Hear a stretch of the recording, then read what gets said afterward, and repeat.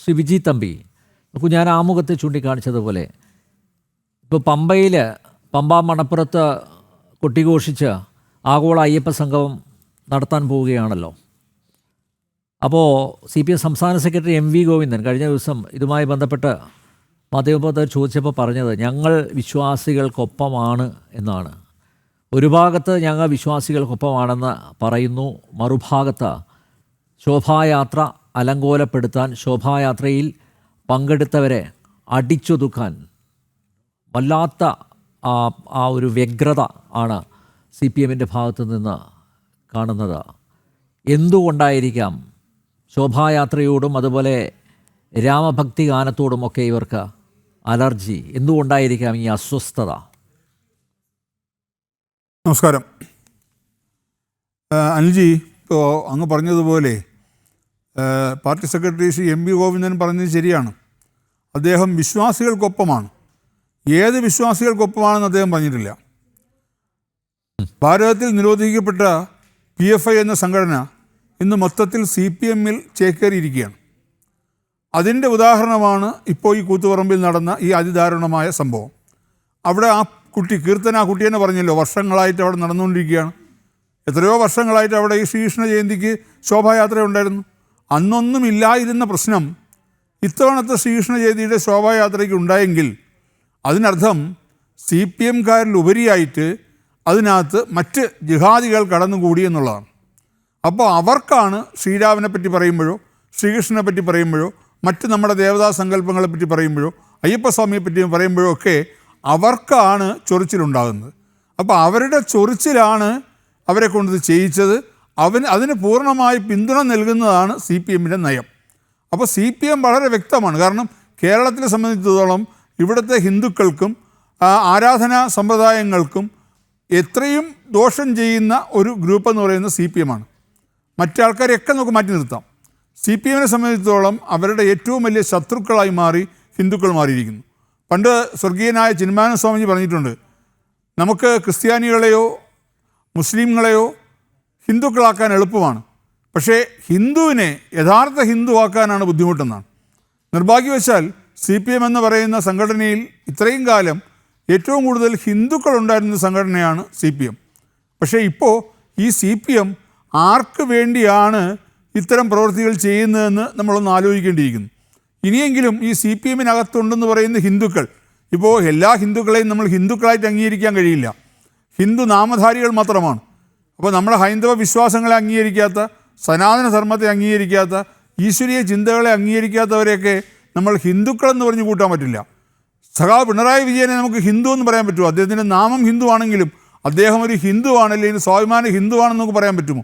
Shri MV ഗോവിന്ദനെ നമുക്കൊരു ഹിന്ദുവാക്കി കൂട്ടാൻ പറ്റുമോ? അപ്പോൾ അവർ പറഞ്ഞ വിശ്വാസികൾക്കൊപ്പം അവരൊന്ന് തെളിച്ചു പറയണം, ഏത് വിശ്വാസത്തിനോടൊപ്പമാണോ അവർ നിൽക്കുന്നത്? ഹൈന്ദവ വിശ്വാസത്തിനോടൊപ്പമാണോ അല്ലെങ്കിൽ മറ്റേതെങ്കിലും വിശ്വാസത്തിനൊപ്പമാണോ അവർ നിൽക്കുന്നതെന്നുള്ള കാര്യം തെളിച്ചു പറയണം. ഇപ്പോൾ അയ്യപ്പ സംഗമം സംഘടിപ്പിക്കുന്നു, ആഗോള അയ്യപ്പ സംഗമം. അവിടെ എന്താണ് പലരും പുറത്ത് പറയുന്ന അയ്യപ്പ ഭക്തസംഗമം? അവരൊരിക്കലും അവകാശപ്പെടുന്നില്ല ഭക്തസംഗമമാണ്. കാര്യം ഭക്തസംഗമം സംഘടിപ്പിക്കാനുള്ള യാതൊരുവിധ അവകാശമോ അല്ലെങ്കിൽ അർഹതയോ ശ്രീ പിണറായി വിജയനോ അദ്ദേഹത്തിൻ്റെ മന്ത്രിസഭയ്ക്കോ അല്ലെങ്കിൽ ഇപ്പോൾ ഉള്ള ദേവസ്വം ബോർഡിന് പോലുമില്ല. ദേവസ്വം ബോർഡിന് സംഘടിപ്പിക്കാൻ പാടില്ല എന്ന് ചോദിച്ചാൽ ചെയ്യാം. പക്ഷേ ആ ദേവസ്വം ബോർഡ് ഇന്ന് ആരാ ഭരിക്കുന്നത്? ദേവസ്വം ബോർഡിലെ പ്രസിഡൻറ്റിനെയും മെമ്പർമാരെയും നോക്കുകുത്തികളാക്കി വെച്ചുകൊണ്ട് ഇന്ന് ഭരിക്കുന്നതാരാ? ഞാൻ ചോദിക്കട്ടെ, കോടതിയെപ്പോലും വെറും നോക്കുകുത്തികളാക്കിക്കൊണ്ടല്ലേ ദേവസ്വം ബോർഡ് ഓരോ പ്രവൃത്തികൾ ചെയ്യുന്നത്? ഹൈക്കോടതിയുടെ പ്രത്യേക നിർദ്ദേശങ്ങളുണ്ട് ശബരിമലയിലെ കാര്യങ്ങളിൽ. ഹൈക്കോടതി തന്നെ ഒരു നിരീക്ഷകനെ അതിന് അവിടെ ഏർപ്പെടുത്തിയിട്ടുമുണ്ട്.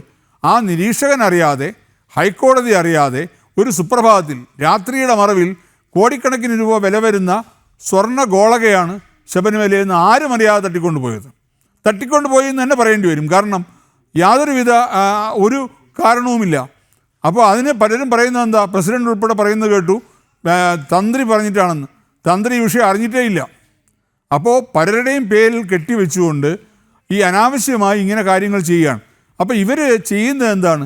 ഇവർ ഓരോ ഹൈന്ദവ വിശ്വാസങ്ങളെ തകർക്കുക, ക്ഷേത്രങ്ങളെ നശിപ്പിക്കുക, ഇത്തരം കാര്യങ്ങളാണ് ഇവർ കാലാകാലങ്ങളായി ചെയ്തുകൊണ്ടിരിക്കുന്നത്. കുറച്ച് കാലം മുമ്പ് അവർ ഇത്ര ഭീകരമല്ലായിരുന്നു, പക്ഷേ ഇപ്പോൾ അടുത്ത കാലത്ത് അത് വളരെ ഭീകരമായി മാറിയിരിക്കുന്നു. അതിൻ്റെ നേർക്കാഴ്ചയാണ് നമ്മളിപ്പോൾ കണ്ടത് ശ്രീകൃഷ്ണ ജയന്തിക്ക് സമയത്ത് ശോഭായാത്രയ്ക്ക് നേരെ നടന്ന ആക്രമം. ഇതുപോലെ തന്നെയായിരുന്നു കഴിഞ്ഞ പ്രാവശ്യം നമ്മുടെ ഗണേശോത്സവ സമയത്ത് നമ്മുടെ ബഹുമാന്യനായ സ്പീക്കർ തന്നെ പറഞ്ഞു ഗണപതി മിത്താണെന്ന് പറഞ്ഞു. അപ്പോൾ ഇതുപോലുള്ള ഓരോ കാര്യങ്ങളിലും ഈ പറഞ്ഞ വിഷയങ്ങളിൽ ഹൈന്ദവ വിശ്വാസങ്ങളെയും ആചാരങ്ങളെയും അനുഷ്ഠാനങ്ങളെയും ക്ഷേത്രങ്ങളെയും എല്ലാ രീതിയിലും നശിപ്പിക്കുക എന്നുള്ളത് ഇവരുടെ ഒരു ഗൂഢ അജണ്ടയാണ്. അങ്ങനെ ഒരു ഗൂഢ അജണ്ട നടപ്പാക്കിക്കൊണ്ടിരിക്കുന്ന ഈ CPM-കാർക്ക് എന്ത് അവകാശമാണ് അയ്യപ്പ സംഗമം നടത്താൻ? അപ്പോൾ ഞാൻ ചോദിക്കട്ടെ, ഈ അയ്യപ്പ സംഗമം നടത്തുന്നു, ഇവിടെ ഹൈക്കോടതി വലിയ നിർദ്ദേശങ്ങൾ നൽകിയിട്ടുണ്ട്, ആ നിർദ്ദേശങ്ങൾ പാലിക്കപ്പെടുന്നുണ്ടോ? ഞാനൊരു ഉദാഹരണം പറയാം. ഇവിടെ വെർച്വൽ ക്യൂ ഏറ്റവും 10,000 വെട്ടിക്കുറച്ചിരിക്കുകയാണ്. ഞാൻ ചോദിക്കട്ടെ, ഞാനിപ്പോൾ ജനൻ TV യിൽ ഇപ്പോൾ പറയുകയാണ്, ഒരുപാട് ഭക്തജനങ്ങൾ ഇത് കണ്ടുകൊണ്ടിരിക്കുകയായിരിക്കുമല്ലോ, നിങ്ങളെല്ലാവരും നാളെ തന്നെ ദേവസ്വം ബോർഡിൻ്റെ സൈറ്റിൽ കയറി വെർച്വൽ ക്യൂവിൽ ബുക്ക് ചെയ്തിട്ട് അതിൽ ബുക്ക് കിട്ടാതെ വരികയാണെങ്കിൽ നിങ്ങൾക്ക് ഹൈക്കോടതിയെ സമീപിക്കാം. അതിനുള്ള എല്ലാ വ്യവസ്ഥയും വേണമെങ്കിൽ വിശ്വഹിന്ദു പരിഷത്ത് ചെയ്തു തരും. ഹൈക്കോടതിയെ സമീപിക്കാം. കാരണം ഇത് കോടതി അലക്ഷ്യമാണ്. കോടതി പറഞ്ഞിരിക്കുന്നത് എന്താ? ഒരു അയ്യപ്പ ഭക്തർക്കും യാതൊരു ബുദ്ധിമുട്ടും ഉണ്ടാക്കാൻ പാടില്ലെന്നാണ്. ഞാൻ ചോദിക്കട്ടെ, ഈ മുഖ്യമന്ത്രി പമ്പയിൽ വരുമ്പോൾ അയ്യപ്പ ഭക്തരെ തടയാതിരിക്കുമോ പോലീസ്? അവർക്ക് സ്വതന്ത്രമായിട്ട് അവർക്ക് പമ്പ വഴി ശബരിമലയിലേക്ക് പോകാൻ കഴിയുമോ? ഇല്ല, തീർച്ചയായിട്ടും ഇല്ല. കാര്യം അത്രയും വലിയ സെക്യൂരിറ്റി കൊണ്ടുവന്ന് ഒരാളെ പോലും അങ്ങോട്ട് കടത്തി വിടാത്ത അവസ്ഥ വരും. അപ്പോൾ ഇത് തീർച്ചയായിട്ടും കോടതി അലക്ഷ്യമാണ്. നാളെ തന്നെ വെർച്വൽ ക്യൂവിൽ കയറി ബുക്ക് ചെയ്യാൻ ശ്രമിക്കൂ എല്ലാവരും, ആയിരക്കണക്കിന് ആൾക്കാർ, ഈ കണ്ടുകൊണ്ടിരിക്കുന്ന എല്ലാവരും. എളുപ്പമാണ്. ദേവസ്വം ബോർഡിൻ്റെ സൈറ്റിൽ കയറി ശബരിമല വെർച്വൽ ക്യൂ എന്നുള്ള ഓപ്ഷൻ കൊടുത്ത് അതിനകത്ത് ബുക്ക് ചെയ്യൂ. നിങ്ങൾ കിട്ടുന്നോ ഇല്ലയോ എന്നറിയാമല്ലോ. കിട്ടാത്തവർ നിങ്ങൾ നാളെ തന്നെ ഹൈക്കോടതിയെ സമീപിക്കുക. തീർച്ചയായിട്ടും കോടതി അലക്ഷ്യത്തിന് നടപടിയെടുക്കാൻ പറ്റുന്ന ഒരു കാര്യമാണത്. കാര്യം ഹൈക്കോടതി വ്യക്തമായി പറഞ്ഞിട്ടുണ്ട്, ഒരു അയ്യപ്പ ഭക്തർക്കും ബുദ്ധിമുട്ടുണ്ടാക്കാൻ പാടില്ല എന്ന്. പ്രത്യേകിച്ചും ഈ പറഞ്ഞ 20, 21 തീയതികൾ എന്ന് പറയുന്നത് ശനിയും ഞായറുമാണ്. ഏറ്റവും കൂടുതൽ അയ്യപ്പ ഭക്തർ ശബരിമലയിൽ വരുന്ന ദിവസങ്ങളാണ് ശനിയും ഞായറും. പ്രത്യേകിച്ച് ശനിയാഴ്ച. ഈ ശനിയാഴ്ച ഈ അയ്യപ്പ സംഗമം എന്ന് പറഞ്ഞിട്ട് ഈ തട്ടിക്കൂട്ട് പരിപാടി, ഈ വ്യാജ സംഗമം, ഇതൊരു വ്യാജ സംഗമമാണ്. ഇതൊരു അയ്യപ്പ സംഗമമല്ല, ഇതൊരു ഭക്ത സംഗമമല്ല. ഇത് പിണറായി വിജയൻ്റെയും കൂട്ടരുടെയും തരികിട പരിപാടിയാണ്. ഈ പരിപാടി പരിപാവനമായ പമ്പയുടെ ആ പമ്പാ ഗണപതിക്ക് മുമ്പിൽ ഭഗവാന്റെ ആറാട്ട് നടക്കുന്ന കടവിൽ നടത്തുക എന്ന് പറയുന്നത് ആചാര ലംഘനമാണ്. അതിന് ഒരു സംശയവും വേണ്ട. ആ ആചാര ലംഘനത്തിനെതിരെ ഓരോ ഭക്തരും പ്രതികരിക്കണം, ഓരോ ഭക്തരും അതിനുവേണ്ടി മുന്നിട്ടിറങ്ങണം. അതാണ് ചെയ്യേണ്ടത്. അല്ലാതെ ഇത് ഇപ്പം കോടതിയിലെത്തിയിരിക്കുകയാണ്. ഹൈക്കോടതി ഈ പറഞ്ഞ എല്ലാ നിർദ്ദേശങ്ങളും നൽകി. ഈ നിർദ്ദേശങ്ങൾ എന്തെങ്കിലും പാലിക്കപ്പെടുമോ? ഒരു നിർദ്ദേശങ്ങളും പാലിക്കപ്പെടാൻ പോകുന്നില്ല. അപ്പോൾ സുപ്രീം കോടതിയിലെത്തിയിരിക്കുകയാണ്. നാളെ കഴിഞ്ഞ് സുപ്രീം കോടതി അത് വിധി പറയാൻ, അല്ലെങ്കിൽ അതിന് വാദം കേൾക്കാൻ മാറ്റിവെച്ചിരിക്കുകയാണ്. സുപ്രീം കോടതി എന്താ പറയുന്നത് നോക്കാം നമുക്ക്. മാത്രമല്ല ഞാൻ ചോദിക്കട്ടെ, ഇവിടെ ആചാര ലംഘനമല്ലേ ഇവിടെ നടത്തിക്കൊണ്ടിരിക്കുന്നതെല്ലാം, ഇതുവരെ നടത്തിയിട്ടുള്ളതെല്ലാം? നാളെ ഇവിടെ ഈ പറഞ്ഞ അയ്യപ്പ സംഗമത്തിൽ ആരൊക്കെയാണ് വരുന്നതെന്ന് എന്തെങ്കിലും നിശ്ചയമുണ്ടോ? ഏറ്റവും വലിയ ഹൈന്ദവ വിരുദ്ധനെയാണ് ആദ്യം ഉദ്ഘാടനത്തിന് വേണ്ടി ക്ഷണിച്ചത്, സ്റ്റാലിനെ. അദ്ദേഹം എന്താ വരുന്നില്ലെന്ന് പറയുന്നു. ഇതുപോലുള്ള ആചാര വിരുദ്ധന്മാരെ, ഹൈന്ദവ വിരുദ്ധന്മാരെ ആയിരിക്കും ഓരോരുത്തരെ ഇവിടെ അണിനിരത്താൻ പോകുന്നത്. ഇപ്പോൾ ശബരിമലയിൽ രാത്രിയുടെ മറവിൽ കയറിയ ബിന്ദുവമണിയും കനകദുർഗയും അതുപോലെ തന്നെ പോലീസുകാർ അകമ്പടിയോടുകൂടി ആ 18-ാം പടി വരെ എത്തിയ രഹന ഫാത്തിമയൊക്കെ ആയിരിക്കും ഇവിടുത്തെ മുഖ്യ അതിഥികൾ. അവരൊക്കെയാണല്ലോ ശ്രീ പിണറായി വിജയൻ്റെയും കമ്മ്യൂണിസ്റ്റ് പാർട്ടിയുടെയും ഏറ്റവും വലിയ തലപ്പത്തുള്ളവർ.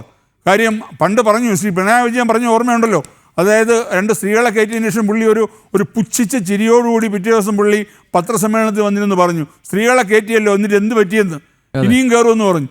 ഇങ്ങനെ പറഞ്ഞ ഒരാളാണ് ഈ അയ്യപ്പ സംഗമം ഉദ്ഘാടനം ചെയ്യാനെത്തുന്നത്. എന്ത് ഉളുപ്പുണ്ടെങ്കിൽ ആ പിണറായി വിജയൻ അവിടെ വരാൻ പറ്റുമോ? അല്ലെങ്കിൽ ഞാൻ ചോദിക്കട്ടെ, അതുപോലെ ഒരു കാര്യം കൂടി ഞാൻ പറയാം. അവിടെ എത്തുന്ന അയ്യപ്പ ഭക്തർ, എന്തായാലും പമ്പയിലെത്തുന്ന അയ്യപ്പ ഭക്തർ ഈ സംഗമം നടക്കുന്ന സ്ഥലത്ത് അവിടെ എത്തണം. സംഗമം നടക്കുന്നതിന് മുമ്പ് ശരണം വിളിക്കുക, ഉറക്കെ നിങ്ങളാൽ കഴിയുന്ന എത്രയും ശബ്ദമുണ്ടോ അത്രയും ശബ്ദത്തിൽ ശരണം വിളിക്കുക. ആ ശരണം വിളി തുടർന്നുകൊണ്ടേയിരിക്കുക. ശരണം വിളിക്കുന്നവരെ പോലീസ് എന്താ ചെയ്യാമെന്ന് നമുക്കൊന്ന് നോക്കാം.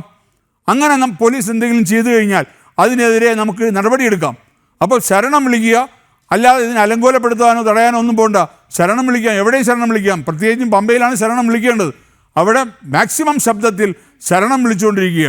അതിന് നമ്മൾ ഓരോ ഭക്തജനങ്ങളും ശ്രമിക്കുക. അതുപോലെ വെർച്വൽ ക്യൂവിൽ കയറി നാളെ തന്നെ രജിസ്റ്റർ ചെയ്യാൻ ശ്രമിക്കുക. അതാണ് ചെയ്യേണ്ടത്. അപ്പം നമ്മൾ ഒരിക്കലും ഒരു വിശ്വാസിയും അംഗീകരിക്കില്ല, ഒരു അയ്യപ്പ ഭക്തനും ഇതിന് കൂട്ടുനിൽക്കില്ല.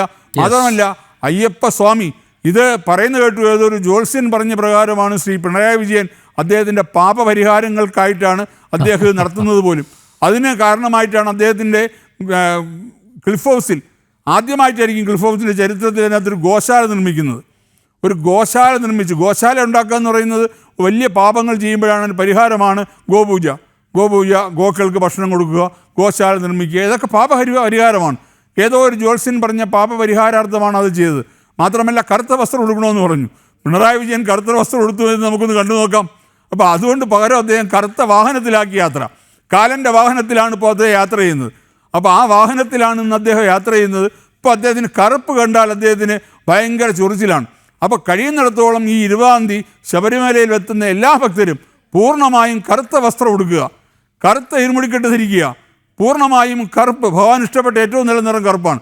ആ കറുപ്പ് വസ്ത്രമെടുത്ത് ശരണം വിളിയോടെ എല്ലാവരും പമ്പയിലെത്തുക. നമുക്ക് നോക്കാം എന്താ അവിടെ സംഭവിക്കുക എന്ന്. യെസ്, നാമം ജപിച്ച സ്ത്രീകൾക്കെതിരെ, നമ്മുടെ പാവപ്പെട്ട അമ്മമാർക്കെതിരെ കേസെടുത്ത കേരള പോലീസ് ഓർമ്മയുണ്ടല്ലോ എല്ലാവർക്കും. ശോഭായാത്രകൾ അലങ്കോലപ്പെടുത്തിയത് CPM സംസ്ഥാന സെക്രട്ടറി പറഞ്ഞ വിശ്വാസത്തിൻ്റെ ഭാഗമാണോ? ആഗോള അയ്യപ്പ സംഗമ സംഘാടകർക്ക് ശോഭായാത്രയോടും രാമഭക്തി ഗാനത്തോടും എന്തുകൊണ്ട് അലർജി?